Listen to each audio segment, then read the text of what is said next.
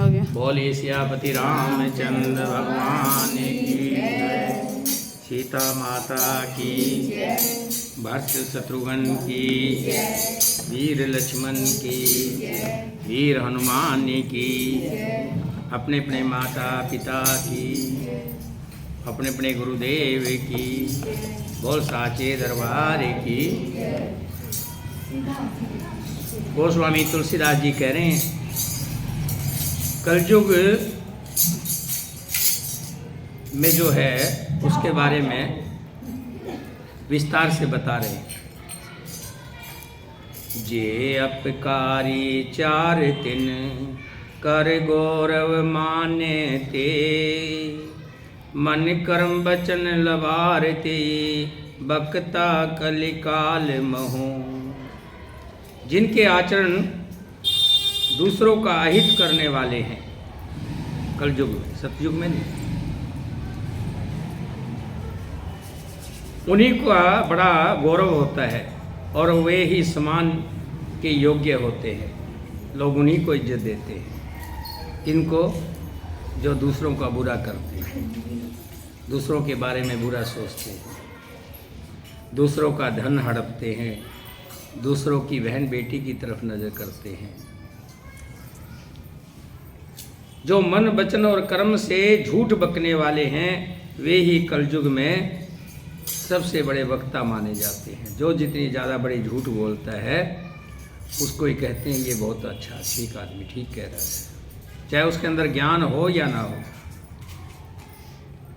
नारी विवश नर सकल गोसाई, नाचे नट मर कट की नाई। सुधर द्विजन उपदेश है ज्ञाना, मेल जनेऊ ले कुदाना। हे गोसाई, सभी मनुष्य स्त्रियों के विशेष वश में कलयुग के बारे में बता रहे हैं। लड़का शादी करेगा, अगले दिन ही बहू को लेकर के अलग हो जाए या बहू के कहने से चलने लग जाएगा, वश में हो जाएगा और बाजीगर के बंदर की तरह जैसे वो नचाए वैसे ही नाचता रहेगा। ब्राह्मणों को जिनके पास ज्ञान है उनको ज्ञान कौन देंगे? जिनके पास कोई ज्ञान नहीं, चार बातें इधर उधर की कहीं से उठा ली और उसी को बकेंगे और ब्राह्मणों को, ज्ञानियों को उपदेश दिया करेंगे और गले में जनेऊ डालकर कुतिसत दान लेंगे। जिनको कोई ज्ञान नहीं। ब्राह्मण क्यों पूजनीय हैं? क्योंकि ब्राह्मण कर्म जो करता है वो वैदिक कर्म करता है। भगवान को स्नान कराना, भोजन लगाना, मंदिर की सेवा करना, फिर उन बातों का ज्ञान जो हमारे शास्त्रों में लिखा हुआ है उसका जनता तक पहुंचाना। जब उसको खुद का ज्ञान नहीं होगा तो दूसरों को क्या पहुंचाएगा? कलयुग में बताया है कि बहुत से लोग गले में जनेऊ पहन करके बड़ी सी चुटिया रख लेंगे, ज्ञान नाम की चीज़ नहीं होगी और अपने आप को बहुत बड़ा पंडित कहलाएंगे, चाहे वो पंडित है या नहीं, ज्ञान है या नहीं। सब नर काम लोभ रत क्रोधी, देव विपर श्रुति संत विरोधी। गुण मंदिर सुंदर पति त्यागी, भजै नार पर पुरुष अभागी। सब पुरुष काम और लोभ में लगे होंगे, क्रोधी भी होंगे, मिनट मिनट पर क्रोध आएगा। देवता, ब्राह्मण, वेद और संतों के विरोधी होते हैं ऐसे लोग जो काम और लोभ के तत्पर लगे होते हैं। अभागिन स्त्रियां गुणों के धाम सुंदर पति को छोड़कर पर पुरुष का सेवन करती है। सौभाग्नि विभूषण हीना, विद्वन के संगार नवीना, गुर शिष्य बधिर अंध का लेखा, एक न सुने एक नहीं देखा। सुहागन स्त्रियां तो आभूषणों से रहित होंगी कलयुग के बारे में, पर विधवाओं के नित्य नए श्रृंगार होंगे। देख रहे हैं हम कलयुग में ऐसा ही हो रहा। जो सुहागिन हैं आजकल की, वो तो मांग भी नहीं भरती, बाकी आभूषण लगाने तो दूर की बात रहे। हम तो यहाँ के कल्चर में ऐसे रह रहे हैं, आप बाहर के कल्चर में चले जाओ, थोड़ा सा जा कर के देखेंगे हम, बॉम्बे साइड में या हमारे दिल्ली में देखिए, पता नहीं लगता ये शादीशुदा है या कवारी है। जब पता लगता है, दो दो बच्चे आकर के कहते मम्मी मम्मी, तब पता लगता है ये तो शादीशुदा है। क्योंकि शादीशुदा औरत की पहचान हुआ करती थी सिंदूर से, आभूषण से, ओढ़नी से, हैं? आज वो सब लुप्त हो रही हैं। तुलसीदास जी ने जब कहा था वो बात आज सामने देखने को मिल रहा है। विधवा हो जाती थी तो हमारे समाज में पहले तो सती प्रथा हुआ करती थी, तो पति के साथ ही चली जाती थी। कहती जी पति नहीं रहा तो अब जी करके क्या करूँ। जैसे जैसे सती प्रथा खत्म हुई तो एक आश्रम बनाया गया, विधवा आश्रम। उसमें सफ़ेद रंग के उसको कपड़े पहना दिए जाते थे, या ऐसे वस्त्र होते थे, ज़्यादा श्रृंगार वाले वस्त्र नहीं होते थे, ज़्यादा भड़कीले रंग के नहीं होते थे। लेकिन कलयुग के बारे में बताया है कि विधवाओं के नित्य नए श्रृंगार होते हैं। शिष्य और गुरु में बहरे और अंधे का हिसाब होता है। एक शिष्य गुरु के उपदेश को सुनता नहीं, एक गुरु देखता नहीं, उसे ज्ञान दृष्टि प्राप्त नहीं है। ऐसे ऐसे गुरु बन गए हैं जिनको इस बात से कोई मतलब नहीं है कि मेरा शिष्य किस रास्ते पे जा रहा है। पहले जो शिष्य स्कूलों में देख लीजिए, स्कूलों में टीचर जो होता था, बच्चा अगर गलती करता था तो इतना बड़ा डंडा होता था हाथ में, और इतनी ज़ोर से मारते थे कि कम से कम 1 महीना तक याद रखता था बच्चा। आज क्या है? आज पहले नंबर तो टीचर मारते नहीं हैं, वो कहते हमें क्या जरूरत है। अगर कहीं गलती से लग जाए इतना भी, थोड़ा सा भी, अगले दिन घर वाले आके कहेंगे, टीवी में दिखाएंगे बेरहमी से पिटाई। बगैर गुरु के डर के विद्या आएगी क्या करूँ? पढ़ाई आएगी? नहीं आएगी। लेकिन वही बात आज से 500 साल पहले, 600-700 साल पहले, वर्षों पहले तुलसीदास जी ने कहा था कि ऐसा समय आएगा कि बच्चे टीचर की बात सुनेंगे नहीं, यानी कि गुरु के उपदेश को कोई सुनेगा नहीं। और गुरु भी ऐसे होंगे जिन्हें ज्ञान दृष्टि प्राप्त नहीं होगी। हरें शिष्य धन शोक न हरहीं, सो गुरु घोर नरक महु पर ही। मात पिता बालक न बुलावें, उदर भरें सोई धर्म सिखावें। जो गुरु शिष्य का धन हरण करता है, शिष्य का मतलब उसको अपने पैसे से मतलब है? जैसे डॉक्टरों को मरे चाहे कोई गरीब आदमी कैसे करेगा कैसे नहीं करेगा, उनको इस बात से मतलब नहीं है, उनको पैसे से मतलब है। इसी तरह कलयुग में गुरुओं को भी कि जो ज़्यादा धन देगा उसी के पटका डालेंगे, उसी का आदर सत्कार ज़्यादा करेंगे, धन से मतलब।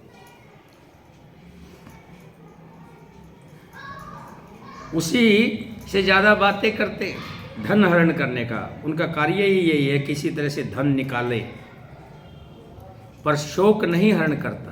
कल युग में, जो अंदर उसके शोक है, दुख है, क्यों आया आपके पास, किस दुख से आया है, किस पीड़ा से आया है। गुरु यही कहता था कि जब व्यक्ति परेशान होता है तो किसी तरह की भी परेशानी हो, चाहे भौतिक परेशानी हो, चाहे आध्यात्मिक परेशानी हो, किसी तरह की भी परेशानी हो, उसका गुरु के पास समाधान ये होता था। उसके पास शब्द ऐसे ऐसे शब्द होते थे, उन शब्दों को सुन करके उसको हो जाता था। ताराचंद सेठ बहुत बड़ा सेठ था, जिसके नाम से जहाज चलते थे, चलेंगे भी क्यों नहीं, बड़ा दानी था। जितने भी स्कूल होते थे सब में उसका पैसा लगता था, जितनी प्याऊ होती थी उसमें पैसा लगता था, धर्मशाला होती थी उनमें पैसा उसी का लगता था, जितने भी धर्म के काम होते थे उसी के उससे होते। कलयुग में देख लो क्या हो रहा है। अस्पताल बनते हैं, पहले अस्पताल पैसे के लिए नहीं बनते थे, धर्मार्थ होते थे। स्कूल जो होते थे धर्मार्थ सेठ अपना पैसा लगाते थे, अपने पैसे से चलाते थे और लोगों के भले के लिए लगाते थे। धर्मशाला बनती थी, आजकल तो धर्मशाला में चले जाओ ना, कमरे के 500 रुपये पहले कहेंगे। हरिद्वार चले जाओ, चाहे खाटू जी चले जाओ, चाहे बालाजी चले जाओ, पहले कहेंगे कमरा 500 रुपये। अरे भाई धर्मशाला किस बात की है? धर्मशाला जिसका नाम धर्मशाला है, धर्म का मतलब जहाँ धर्म का शाला हो, धर्म के लोग आकर के रुके। उन्होंने कहा कि ये तो हम व्यवस्था यहाँ की साफ सफाई के लिए लेते हैं। तुम्हारे 80 कमरे हैं, 80 कमरे में 500 लोग हैं तो 40,000 रुपये रोज का साफ सफाई में लगेगा क्या? क्यों झूठ बोलते हो? फिर जिसने हाथी बांधा है, जितना पैसा लगा करके वो बनाया है धर्मशाला, तो उसमें कुछ पैसे और भी खर्च करो ना उसकी देख रेख के लिए। धर्मशाला तो तभी है। अब तुम 40,000, 50,000 रुपये यानी 1,000 रुपये भी किराया कई धर्मशालाओं में चले जाओ, 1,000 रुपये में भी कमरा नहीं मिलता। तो इस पैसे का क्या कर रहे हैं? मतलब बिजनेस हो रहा है, धर्म के नाम पर व्यापार हो रहा है। सेठ ताराचंद जो थे उनके बड़े धर्म चलता था, स्कूल चलते थे, प्याऊ चलती थी, हॉस्पिटल होते थे, धर्मशालाएं होती थी। इसी तरह जितना वो धर्म में पैसा लगाता था उतना बढ़ता था। उसका एक भाई था, उसका नाम हरिराम था। मैं सच्ची बात बता रहा हूँ आपको, जो यहाँ की बात है, दिल्ली की। पैसा उसके पास भी बहुत था, लेकिन कहीं उसका नाम नहीं था, क्योंकि वो पैसे को कहीं भी धर्म में नहीं लगाता था। किसी को क्या पता तेरे घर में कितना पैसा रखा है, मेरे घर में कितना पैसा रखा है। जब कोई धर्म का काम करता है तब वहाँ उसकी जय होती है, नहीं तो सबके घर में पैसे है, कौन ऐसा नहीं जिसके घर में ना हो। ताराचंद की जय जयकार होती थी, उसकी जय जयकार नहीं होती। एक दिन बैठा करके उसने उसको उल्टी कहानी पढ़ा दी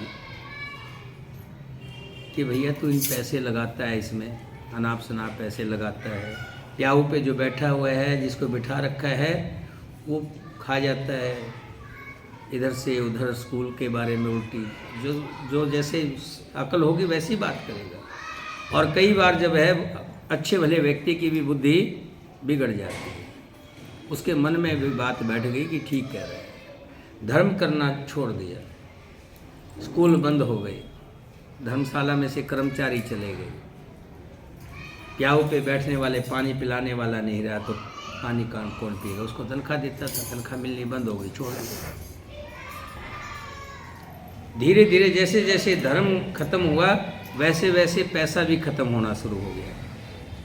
पता लगा गोदाम में आग लग गई, कई लाख का माल था जल गया।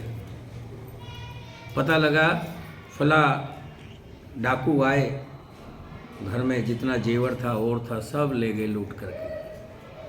पता लगा जहाज आ रहा था माल का भर करके, चिट्ठी आई कि सारे का सारा डूब गया। धीरे धीरे चारों तरफ से कंगाल हो गए। सब कुछ कर्जा कुर्जा उतार करके पास में कुछ नहीं बचा। जब व्यक्ति के पास कुछ नहीं बचता तो उसको वहाँ रह करके मजदूरी करना अच्छा नहीं लगता।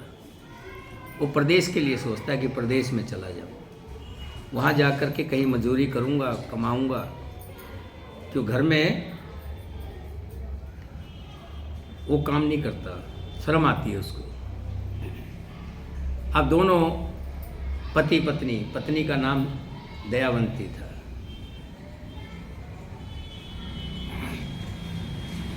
दयावंती तो नल राजा की था। तो दोनों पति पत्नी चले गए, साथ में एक बेटा था।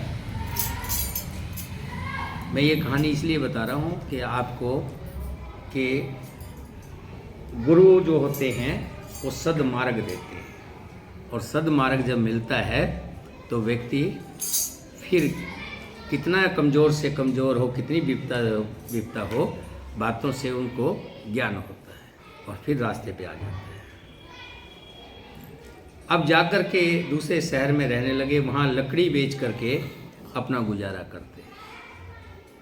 लकड़ी बेच करके जो पैसा मिलता उससे अपना खाना बनाते, तीनों प्राणी खा लेते।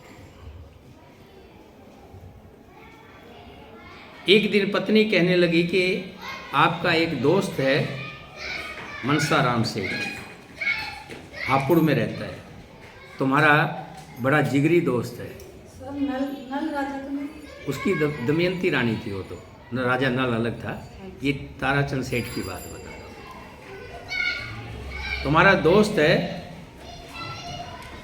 उस दोस्त के पास से जा कर के कुछ पैसे ले आओ, तो तुम्हें मना नहीं करेगा। लेकिन स्वाभिमानी जो लोग होते हैं, स्वाभिमानी लोग जो है, वो किसी से ऐसे मांगते नहीं कि मैं कैसे मांगूंगा। एक काम करता हूँ, ये बेटे को गिरवी रखाता हूँ, बेटी को गिरवी रखूँगा। एक तो हमारे खुद के लाले पड़े खाने के, इसका पालन पोषण भी ठीक ढंग से हो जाएगा। यहाँ तो कोई ढंग से पोषण नहीं हो रहा। और एक पैसे ले आएंगे, उससे व्यापार करेंगे, जब पैसा हो जाएगा तो दे आएंगे। लड़के को लेके चल दिया सेठ ताराचंद। कहाँ पे? मनसाराम सेठ के पास, हापुड़ में। आओ भगत करी। उसको मालूम नहीं है कि इसके साथ क्या हुआ है, कैसे, ये पहले वाली बात नहीं है। लेकिन जो दोस्त होता ना, वो इन चीज़ों को नहीं देखता। दोस्त में यही खास बात होती है, वो तो अंदर का प्रेम देखता है। जैसे कृष्ण और सुदामा में था। बैठाया, अपनी सारी बात बताई, तो उसने कहा कोई बात नहीं भाई, ये तो समय है, बढ़ता घटता रहता है। मेरे आने का प्रयोजन भी बताया उसने कि मैं इसलिए आया हूँ कि लड़का रख ले और मुझे कुछ पैसे दे दो। उसने कहा भाई मैं लड़का नहीं रखूँगा, पैसे ले जा, पैसे दे देता हूँ। नहीं, मैं ऐसे नहीं लेके जाऊँगा। घर में आया, आकर के अपनी घरवाली से बात करी सेठानी से कि ऐसे से ताराचंद सेठ आया हुआ है और लड़के को गिरवी रख रहा है। सेठानी ने कहा देखो ऐसा है, अब उनके पास माली हालात है, ऐसी हालात में रहेगा तो बच्चे को ढंग से लालन पोषण नहीं होगा। भाई हम भी तो माँ बाप ही हैं, चलो उसका मन भी रह जाएगा और बच्चे को हम रख भी लेते हैं। बच्चे को रख लिया, पैसे दिए, पैसे लेकर के आए। रास्ते में नदी बह रही थी, सोचा मैं नहा लेता हूँ। नहाने गया, ऊपर से चील आ रही थी। चील ने देखा कि कुछ सामान रखा, चमक रहे, पैसे थे ना, नोली थी, ऐसे बांधते थे,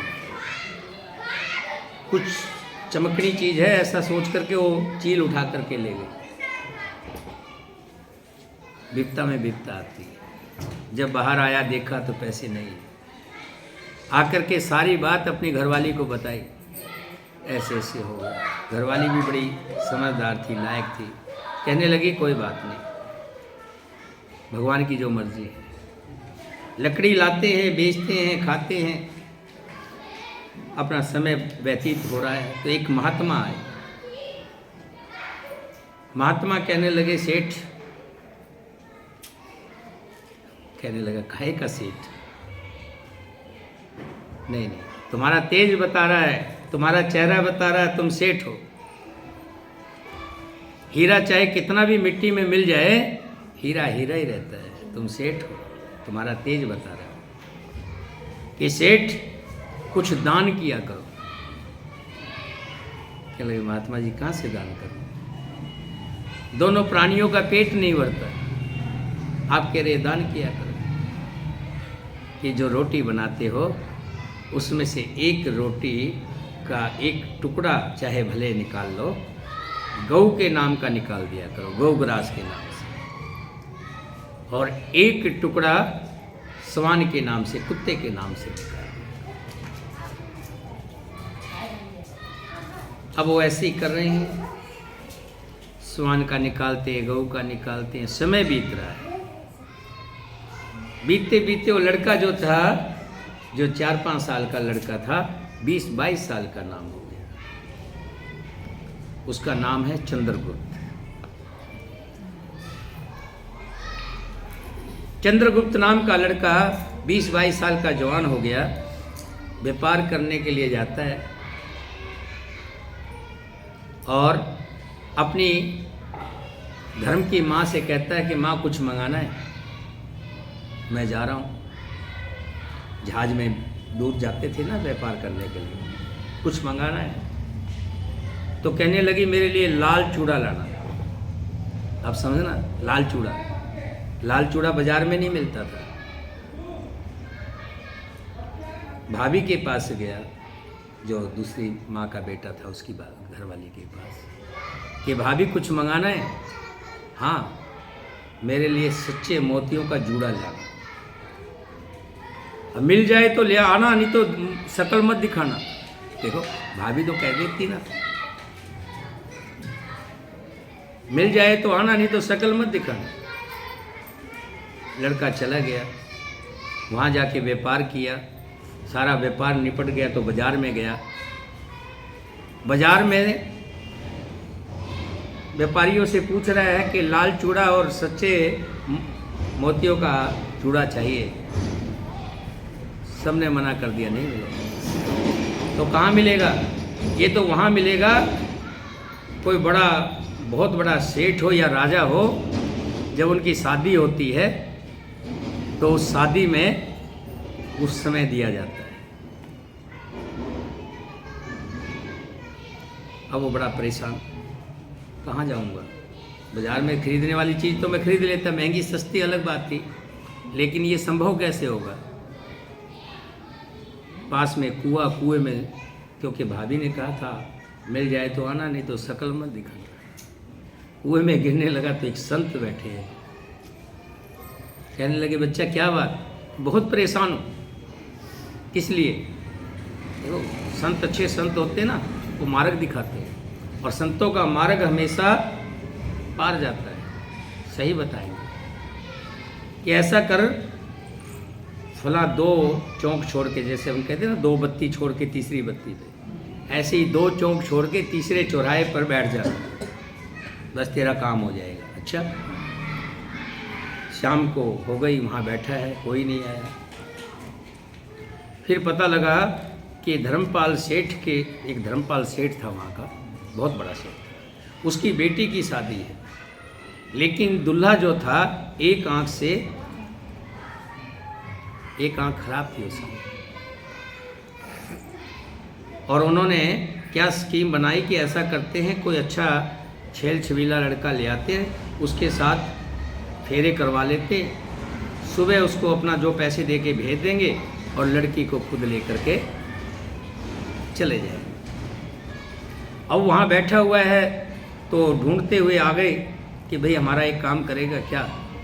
ऐसे ऐसे लड़के की शादी है, उसकी जगह दूल्हा बन रहा है, क्या मिलेगा?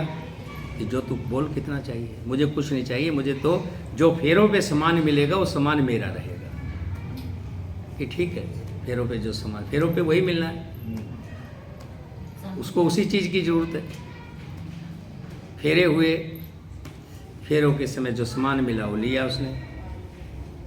उसके बाद रात को सो रहे हैं तो रात को भूख लगी है, बहुत तेज भूख लगी, कुछ नहीं खाया था। तो जो गठजोड़े में चावल बांधते ना, चावल बांध करके गठजोड़ा बांधते, तो धर्मपाल की लड़की कहने लगी कि मेरे पास और कुछ नहीं है, चावल है, ये चावल आप खा लो, इससे आपकी भूख मिटेगी। उसने वो चावल खाए। सुबह वो उठा और पैसे लेकर के चला गया, वो अपना सामान लेकर के चला गया। जब विदाई का टाइम आया तो लड़की ने नज़र की कि ये तो रात वाला नहीं है। उन्होंने पट्टी बांध रखी थी, ऐसे क्या हुआ, दातुन करने गया था, वहाँ कुछ लग गया, वो कोई बात नहीं। लेकिन उसको शंका हो गई, अपनी माँ से कहने लगी, माँ ये वो लड़का नहीं है। अरे ऐसे कैसे होगा, बराबर का सेठ है, उसने हमारे साथ ऐसा थोड़ा करेगा। नहीं, कुछ भी हो। आँख खुलवा करके देखी तो आँख खराब थी उसकी। वहाँ से बारात को भेज दिया। अब वो लेकर के सामान पहले उसी महात्मा के पास गया जो महात्मा कुएं पे मिला था। उसने दिखाया, सामान मिल गया बेटा? हाँ मिल गया। वो कहाँ है जिससे सामान मिला, वो कहाँ है? वो तो मैं वहीं छोड़ा है। कौन? लड़की। उसको तो मैं वहीं छोड़ा है। बहुत बड़ा पाप किया, उसको लेके आना था। जिसके साथ तुमने फेरे लिए हैं उसको तुम छोड़ के आ गए, बहुत बड़ी गलती की है। फिर जाओ तुम लेके आओ उसको। कैसे लाऊं? कि बाजार में जाना और आवाज़ मारना, सच्चे मोतियों का जूड़ा ले लो, लाल मोतियों का जूड़ा ले लो। कि बाजार में बिकने वाली चीज़ तो है नहीं। आवाज़ मार रहा है और उसी मकान के पास से कोठी, जो सेठ का मकान था, उसके आगे 3-4 बार चक्कर लगाए। लड़की की नज़र गई, कोई चीज़ बार बार आए ना कोई, तो आदमी कहता है कौन आ रहा है ये बार बार। नज़र गई कि अरे ये तो वही है। हाँ, तो उसने अपनी माँ को बताया, फिर उसको बुलाया, वहाँ से विदाई हुई, लेकर के चल दिया। देखिए, रास्ते में टापू पड़ा, टापू जहाँ पे चारों तरफ समुंदर होता है, बीच में कुछ जगह 1 एकड़ 2 एकड़ ज़मीन होती है जहाँ पे टापू होता है, जहाँ जहाज रुकते हैं। टापू पे रुके रात को। अब उसके मन में ख्याल क्या आया लड़के के, कि इसको मैं लेके जाऊंगा तो मेरी धर्म की माँ और धर्म का बाप सब कहेंगे कि अपनी मर्जी से कर लाया, बड़ी हीनी होगी। उसको सोती को वहीं छोड़ गया टापू, और जहाज लेकर के दिल्ली वापस आ गया।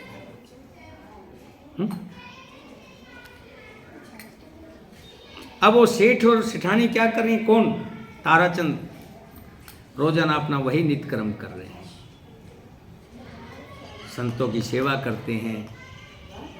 एक दिन ऐसे ही सेवा करना, कोई ब्राह्मण आ जाए, अपना पेट का निवाला निकाल के उसको दे देना, संत को दे देना, गौ की सेवा करना, स्वान को देना। अब वो सेठ की लड़की सुबह उठी, जब देखा तो यहाँ तो कोई नहीं है, तो चला गया। उसने क्या किया, अपने बाल को बिखेर लिया और भभूति थोड़ी सी मिट्टी मुट्टी पड़ी थी मुंह पे लगाई, लाल रंग के कपड़े तो थे, बाबा बन गए। जो टापू वाला, रात को उसने बताया था सारी बात, आपस में बात हुई तो बताया कि ऐसे ऐसे मैं सेठ का ताराचंद का लड़का हूँ, दिल्ली में मेरा बाप रहता है, हमारे गरीबी आ गई थी तो मेरे बाप को गिरवी रख दिया था हापुड़ में, मनसाराम सेठ के यहाँ, सारी बात बताई थी। तो वो लड़की क्या कर रही है, देख रही है। जो भी जहाज आता है उससे पूछती है कहाँ जाओगे बाप बेटा? फला जगह जाएंगे। अच्छा, दिल्ली का जहाज आया तो बेटा मैं भी आपके साथ चलूँगा। चलिए बाबा। दिल्ली आ गई। दिल्ली आकर के धुना लगा लिया, लोग आ रहे हैं, जो भी गांव होता ही है, शहर था, जो भी थोड़ा बहुत दे जाते थे अपना। धीरे धीरे सब आने लगे तो एक दिन वो भी चला गया। कौन? ताराचंद। ताराचंद को कहने लगी, बेटा क्या नाम है? वो तो महात्मा बनी हुई ना, कि मेरा नाम ताराचंद है। अच्छा। उसने फिर उसकी सारी बातें बताई कि तुम्हारा एक बेटा भी है, तुमने उसको हापुड़ में गिरवी रखा हुआ है। उसने कहा, संत तो बड़े अच्छे हैं, ये सारी बात जानते हैं। हो सकता है किसी ने बता दी होगी, सुन लिया होगा। उनको छुड़ाने का उपाय है क्या? कल सुबह आना, मेरी ये धोनी है ना, इस धोनी में हाथ डालना, जो कुछ मिले इसको ले जाना उसमें से, और उसी से पैसे बना करके उस सामान से अपने लड़के को छुड़ा लाना। भूखे को क्या चाहिए? है? सुबह सेठ आया, सेठ ने आकर के धोने में हाथ मारा, तो उस धोने में क्या था? जो उसके जेवर थे ना सारे, वो जेवर रखे हुए थे। उसने वो जेवर लिए, उसको बेच करके अपने लड़के को छुड़ा लाया। और वो बाबा को कहा, मेरे घर में रहना। एक कमरा दे दिया, उस कमरे में है। उसने, बाबा ने कहा, बाबा जो बनी हुई थी धर्मपाल की लड़की, कहने लगी कि जब आएगा लड़का तो सबसे पहले मैं ही देखूँ। अच्छा। अब उसने अपना श्रृंगार श्रृंगूर पूरा कर लिया, पोटली में जो कपड़े थे, अपना लड़की बनकर बैठ गए। ताराचंद लेके आया, कहने लगा, पहले उसके पैर छू के आ, जिसकी वजह से तू वापस आया। वो भगवान है, पहले उसके पैर छू। जाके दरवाजा खोला तो सामने वही धर्मपाल की लड़की बैठी हुई थी। वक़्त बदल जाता है, समय बदल जाता है, लेकिन धर्म नहीं हारना चाहिए, और संतों की सेवा कभी नहीं छोड़नी चाहिए। ठीक है, संत हो गए हैं कलयुग में। तुलसीदास जी भी कह रहे हैं, सौभाग्नि विभूषण हीना, विधवा के सिंगार नवीना। कि सौभाग्नि जो हैं उनके श्रृंगार नहीं होगा, और विधवाएं जो होंगी अनेकों तरह के श्रृंगार करेंगी। गुरु जो है शिक्षा नहीं देगा, शिक्षा को बेचेगा, और शिष्य भी ऐसे होंगे कि जो गुरु की बात नहीं माने। ब्रह्म ज्ञान बिन नारी नर, कहे न दूसरी बात। कोड़ी लाग लोभ बस, करें विपर गुरु घात। सियावर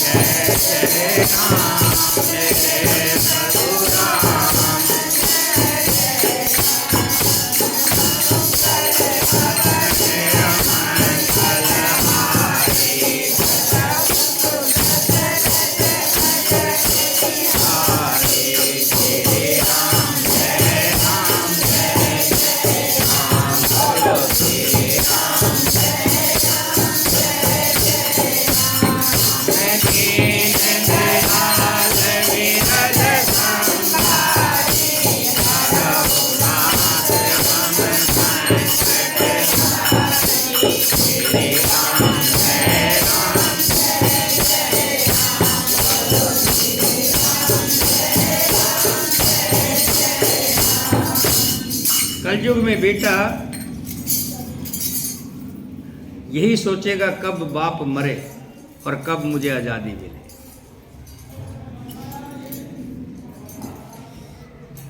शूद्र ब्राह्मणों से विवाद करते और कहते हैं कि हम क्या तुमसे कम हैं, जिसको कुछ भी नहीं आता हो। जो ब्रह्मा को जानता है वही श्रेष्ठ ब्राह्मण है, ऐसा कहकर वे उन्हें डांट कर आंख दिखलाते हुए, जो पराई स्त्री में आसक्त, कपट करने में चतुर, मोह द्रोह और ममता में लिपटे हुए हैं, वे ही मनुष्य ब्रह्मा और जीव को बताने वाले ज्ञानी हैं। वही ज्ञानी पर त्रियलंपट कपट सियाने, मोह द्रोह ममता लपटाने। वही ज्ञान बांट रहे हैं जो जिन्होंने काम नहीं छोड़ा, क्रोध नहीं छोड़ा, लोभ नहीं छोड़ा, मोह नहीं छोड़ा, धन कमाने में जुटे हुए। वही मैं बार बार कहता हूँ ना, और लोगों को ज्ञान बांटते। आप गए और तिनों घालें, जे कहो सत मार्ग प्रतिपालें। ऐसे लोग समय तो नष्ट होते ही रहते हैं, जो कहीं सन्मार्ग का प्रतिपालन करते हैं उनको भी नष्ट कर देते हैं। कलप कलप भर एक एक नरका, परें जे दुसे श्रुति करी तर्का। जो तर्क करके वेद की निंदा करते हैं वे लोग कल्प कल्प भर एक एक नरक में पड़े रहते हैं। जे वरनाधम तेल कुम्हारा, सौपच किरात कोल कलवारा। नारी मुई ग्रह संपत्ति नासी, मूड मुड़ाए होए सन्यासी। चंडाल, भील, कोल, कलवार आदि जो नीच वर्ण है, स्त्री के मरने पर अथवा घर की संपत्ति नष्ट हो जाने पर सिर मुंडवाकर सन्यासी हो जाते हैं।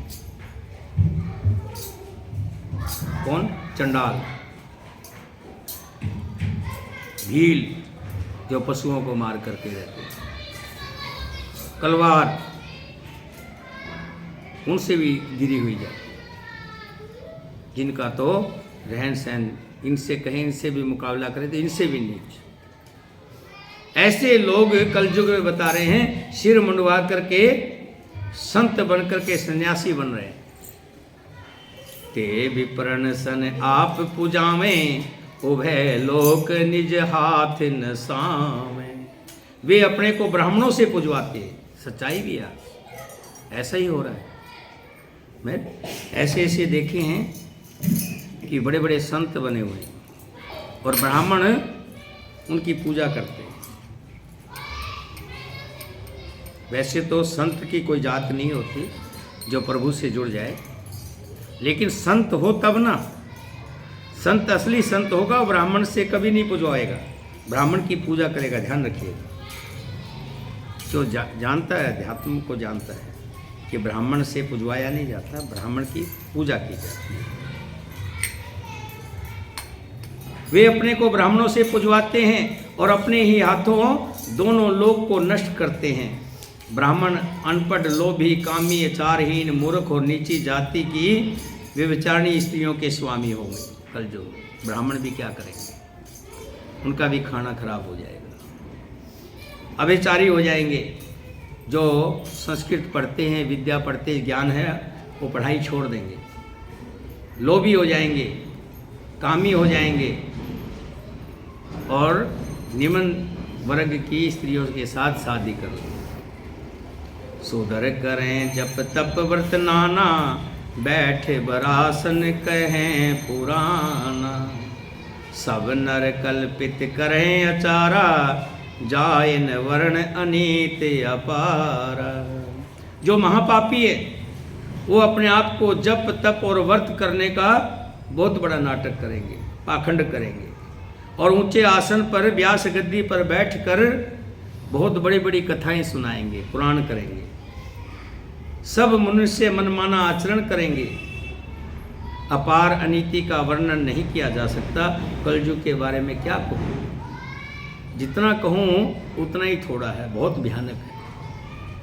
भय वर्ण शंकर कली, भिन से तू सब लोग। करे पाप पावे दुख, भय रुज शोक वियोग सिया।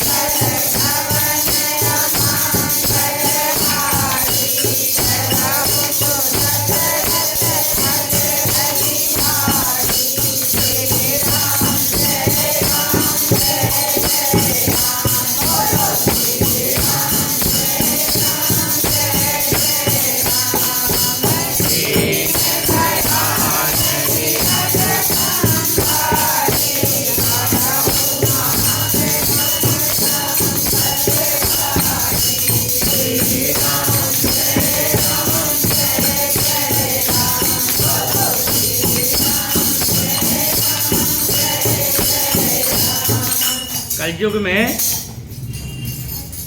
घर में काम करने वाली बाई अपने नीचे काम करने वाले की पत्नी ऐसे लोगों के साथ संभोग करेंगे जिससे वर्ण संकर पैदा होंगे। जो उनसे संतान पैदा होगी, जो हमारे यहाँ संतान हुई उसको तो हम अपना सारा बताएंगे भाई कैसे पूजा होती है, कैसे क्या होता है, कैसा नहीं। लेकिन आपके द्वारा किसी और किसी के साथ संभोग किया, वहाँ जो पैदा हुए, जब वो उनको संस्कार ही नहीं मिलेंगे, आपके पितरों का ज्ञान ही नहीं होगा, तो वो आपको पितर नहीं को देंगे, जल नहीं देंगे। और जल नहीं देंगे तो क्या होगा? मरने के बाद भी तुम्हें स्वर्ग नहीं मिलेगा, तुम्हें स्थान नहीं मिलेगा। यानी कलयुग में कह रहे हैं, कलयुग में लोग वर्ण संकर और मर्यादा से च्युत हो जाएंगे। वे पाप करते हैं और अनेकों फलस्वरूप दुख, भय, रोग और शोक का वियोग पाते हैं। बोलिए सियापति रामचंद्र भगवान की, सीता माता की, भरत शत्रुघ्न की, वीर लक्ष्मण की, वीर हनुमान की, अपने अपने माता पिता की, अपने अपने गुरुदेव की, सभी सनातन धर्म प्रेमियों की, बोल साचे दरबार की। चलिए आरती कर लें, समय ज़्यादा हो गया, या मंत्रों का उच्चारण करेंगे, कल कर लेंगे, हैं? चलिए आरती कर लेते हैं।